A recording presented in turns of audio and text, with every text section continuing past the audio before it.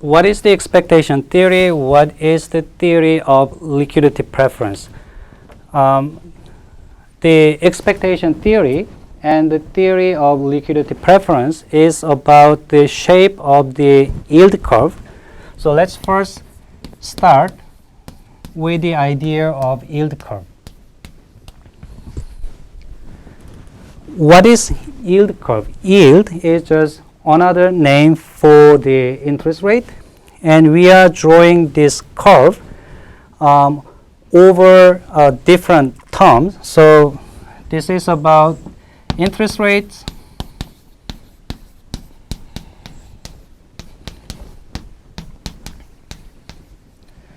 and terms of the interest contract. By term, what we mean by term is how long is the contract for. You may have the borrowing contract for 1 month or 6 months, 1 year, 2 years, 10 years. In case of the government bonds, the term can be as long as 30 years or sometimes 40 years depending on the country. So we are drawing a curve where the horizontal axis is term of the borrowing contract, so the length of the contract, and interest rate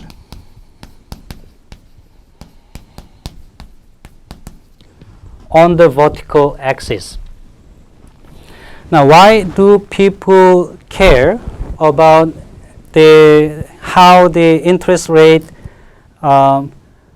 differs across terms? The first thing to think about, first thing to note, is that the interest rates can be different for different terms. If you think about interest rate for short-term borrowing, that will be around here, and also the interest rate for long-term borrowing, short-term borrowing rate can be different from long-term borrowing rate. And some people believe that there is important information if you compare the short-term borrowing rate and long-term borrowing rate. That is, the difference between short-term borrowing rate and long-term borrowing rate can say something about the state of the economy. And especially whether long-term borrowing rate is higher than short-term borrowing rate, and what is the difference between, how big is the difference between long-term borrowing rate and short-term borrowing rate, may say something about the underlying state of the economy. So people do care about this relationship. For example, the interest rates across terms may look something like this. So that's one possibility, that is, interest rates may not be different for different terms. Short-term interest rates may be very similar to long-term interest rates. That's one possibility. Another possibility, perhaps the relationship is not like this.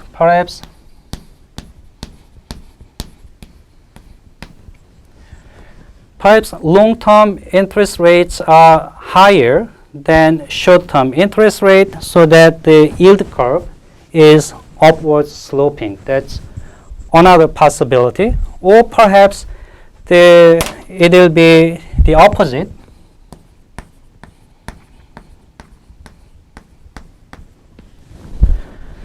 Perhaps long-term borrowing rates are lower than short-term borrowing rates. And all these different patterns may say different things about the underlying state of the economy. So people do care about the shapes of this yield curve.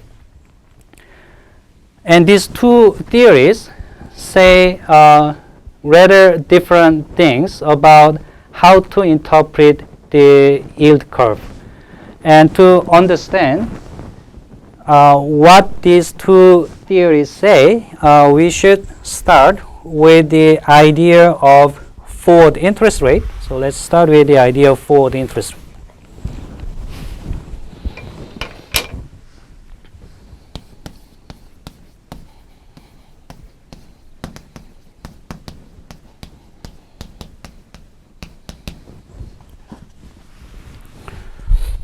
So now we are thinking of the interest rates of different terms. For example, let's say 1 year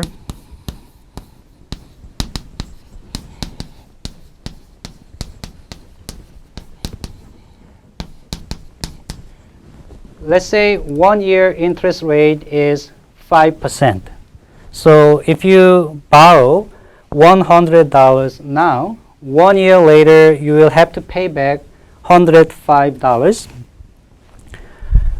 And let's say 2-year interest rate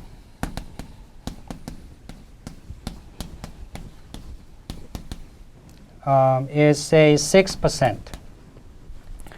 And this one is annualized rate. So what it says is if you borrow $100 now, 2 years later you will have to pay back 100 times 1.06 times 1.06. So this is annualized interest rate. So you have to be careful that this number doesn't necessarily go higher than 1 year interest rate. And this 1 year interest rate will be 1 point somewhere here. 2 year interest rate would be another point somewhere here. In this situation, what is forward interest rate? Forward interest rate is just one example of forward contract. Forward contract is a contract where you say you will do something, buy something or sell something certain time later at a specified price. In case of interest rate contract, this is borrowing and lending contract.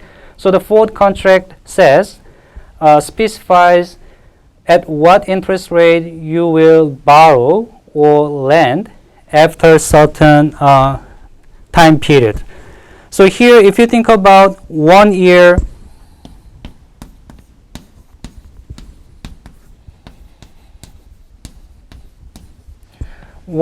forward contract, you have to be a bit careful with what you mean by 1 year.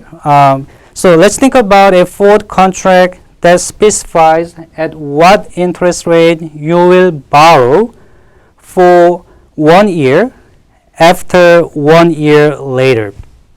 So to make it clear, I'll draw another.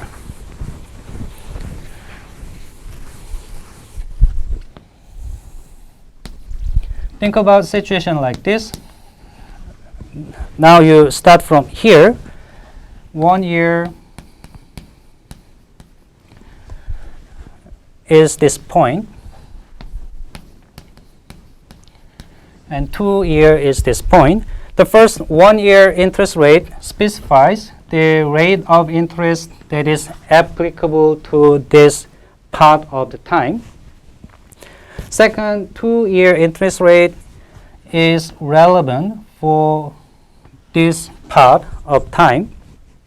Sorry, it's for the 2 years from now and for 2 years. And for forward contract, let's say we are interested in the borrowing contract for this 1 year period starting 1 year later from now. So the actual borrowing will start here and it will end here, but we are agreeing, the market participants are agreeing on the interest rate right now. So at this point, everyone is here, we are here, and we are thinking of what would be the interest rate applicable for 1 year period starting from here and ending here. And if there are many market participants, then of course the price, the interest rate will be determined in the market by demand and supply. But this interest rate, this forward interest rate that is determined now of course, cannot be independent from the interest rate, 1-year interest rate, and 2-year interest rate. In fact, these three numbers are tightly linked. And the forward interest rate is, in fact, completely determined by this interest rate and this interest rate. And why? Think about this particular example. So this is 5% interest rate is applicable here. 6% interest rate is applicable here. And there is some forward contract available right now. Then if you want to borrow money for 2 years, you have two options, two alternatives. One, you can borrow using the 2-year borrowing contract. That's one possibility. Second alternative, you can borrow using 1-year borrowing contract, and at the same time, you can get into forward contract using this forward interest rate.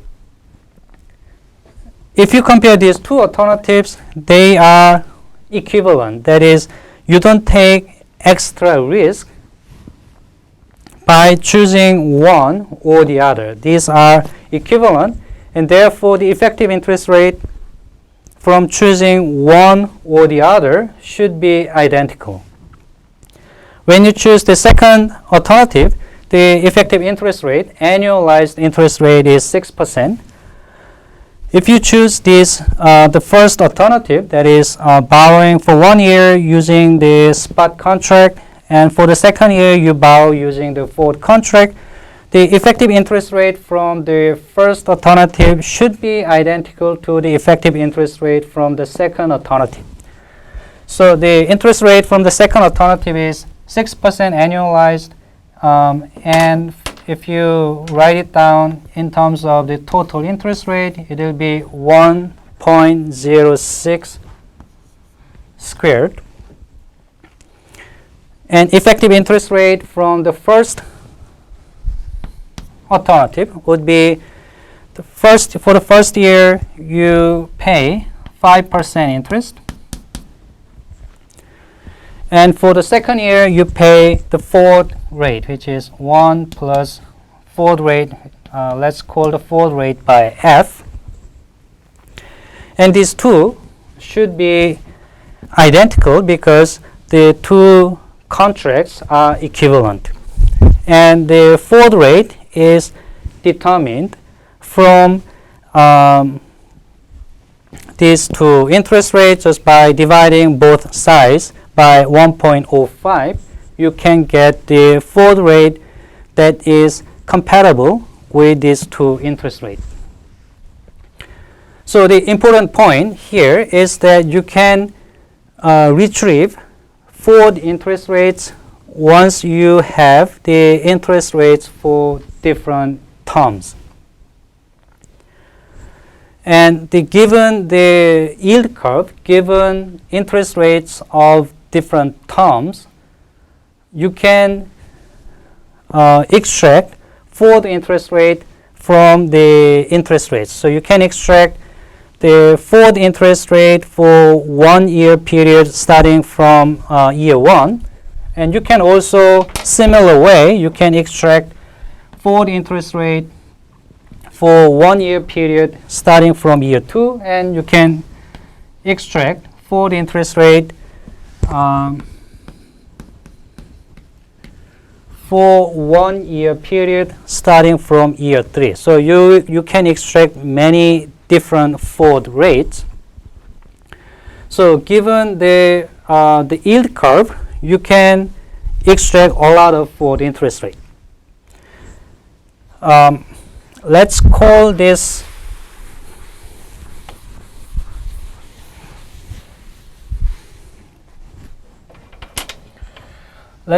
forward interest rate applicable here by F1, and let's call the second forward interest rate relevant for the second this part F2, and after that F3, etc.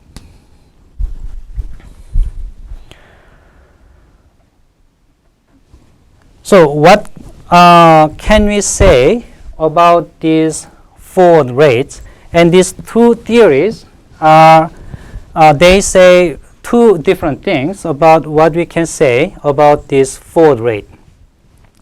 The first thing we can say about the forward rate, forward interest rate, is that this is a forward price. That is, this is the price that people agree on in the forward market. People agree that they'll buy or sell certain thing 1 year later at the price of F1. They agree that they'll buy and sell something 2 years later at the price of F2, and etc. So one possible interpretation is that this forward price F1, F2, F3,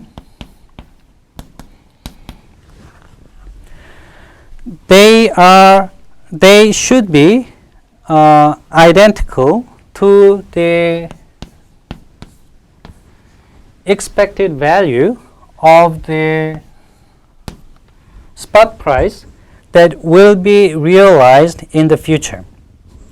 So by spot price, I'm thinking of some interest borrowing contract that will be agreed 1 year later. So the difference between these two is F1 is agreed right now. R1 is the price that is agreed by people at this particular point in time.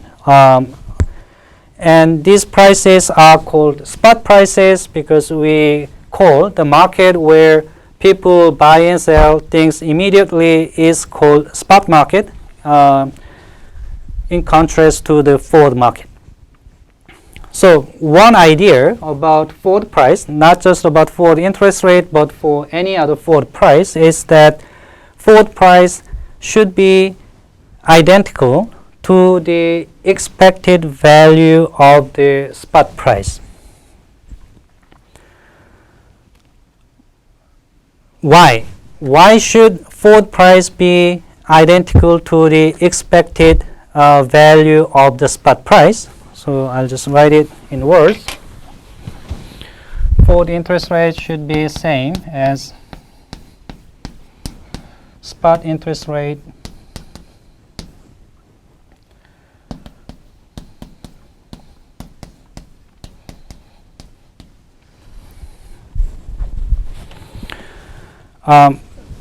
if you think about it, this makes sense because if these two are not identical, that suggests that either buyer or seller, or those who agree to borrow and those who agree to lend, one of these two parties will expect to have profit. So if these two numbers are not identical, the difference between forward price and the spot price in the future will be the realized profit to one side. For example, if you are borrowing and you agree to the forward rate of 5%, and in the future the spot rate turns out to be 10%. That means you are borrowing at a much lower interest rate, so that's beneficial to you. In a sense, you gain if the spot rate goes up in the future. In that case, you will make profit. So if that's the expected situation, then borrowers will expect to earn extra profit. Lenders expect to lose some money. And in this situation, that's rather strange, because if lenders expect to lose, then there is no reason that they will participate in this market. So that's the general idea. In the forward market, if the forward price is different from the spot price, one of the two the parties will expect to earn extra more.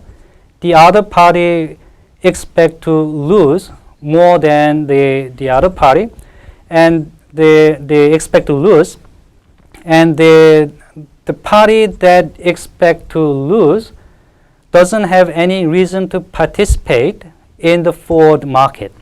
And therefore, if this relationship is not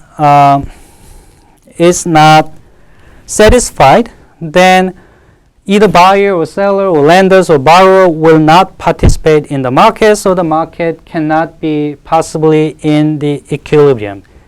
And that suggests that in the market, for the market to be in equilibrium, this relationship should be satisfied. So that's the idea behind the expectation theory. In the expectation theory, the view is that the forward interest rate is a good, unbiased predictor of the spot rate in the future. Given that idea, then of course the spot rate in the future, perhaps depending on the economic situation, sometimes people may do expect the spot rate in the future to be higher than the spot rate now.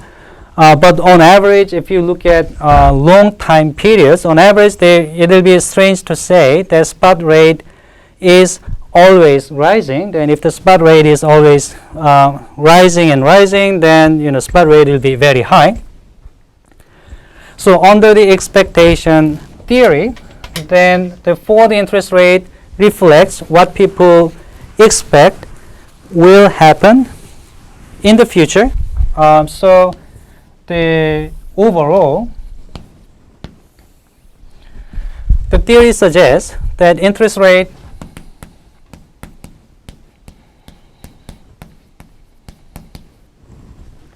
should be more or less flat over terms.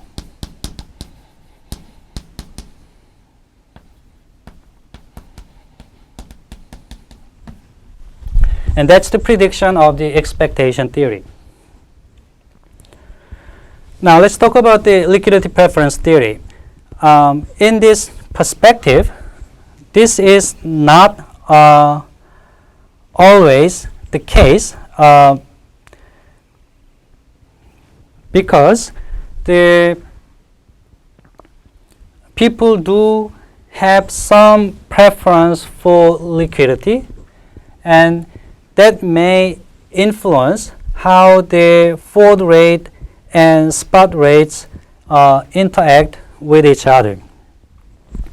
So suppose people do have preference for liquidity, as this theory says. What that means is that when people are entering the borrowing and lending contract, as the borrower, they may prefer long-term contract to short-term contract, because if it's short-term, then there's a possibility that the interest rate will be higher in the future. As a lender, as a saver, they may prefer short-term contract to long-term contract. So imagine you are thinking of, say, putting money into savings account. You may prefer, if all the conditions are identical, you may prefer short-term contract to long-term contract, because if you get into long-term contract as the lender, you have less liquidity. Your liquidity will be kept by the bank. So you may prefer short-term contract. So if lenders prefer short-term contract and borrowers prefer long-term contract, then the interest rate will be affected. How would it be affected? Now, borrowers like to have long-term contract. So borrowers will be willing to pay extra interest when they borrow for longer term. Lenders prefer short-term contract. So as lenders, they may be willing to offer lower interest rate as they prefer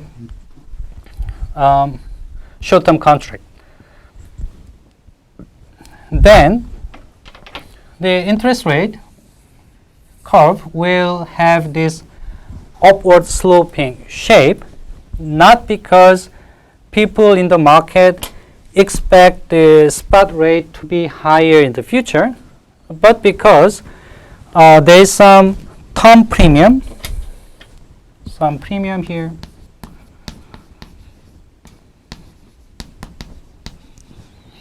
and discount here, because people are willing to pay, borrowers are willing to pay premium, lenders require premium for long-term contract, borrowers demand discount for short-term contract, lenders are willing to provide discount for short-term contract. So the yield curve will have upward sloping shape because of the premium and discount associated with terms, not because people expect the interest rate to be higher in the future. So these two theories say different things about the normal shapes of the yield curve. The expectation theory suggests that the normal shape of yield curve is horizontal line like this, and the liquidity preference theory says that the normal shape of the yield curve is upward sloping line like this.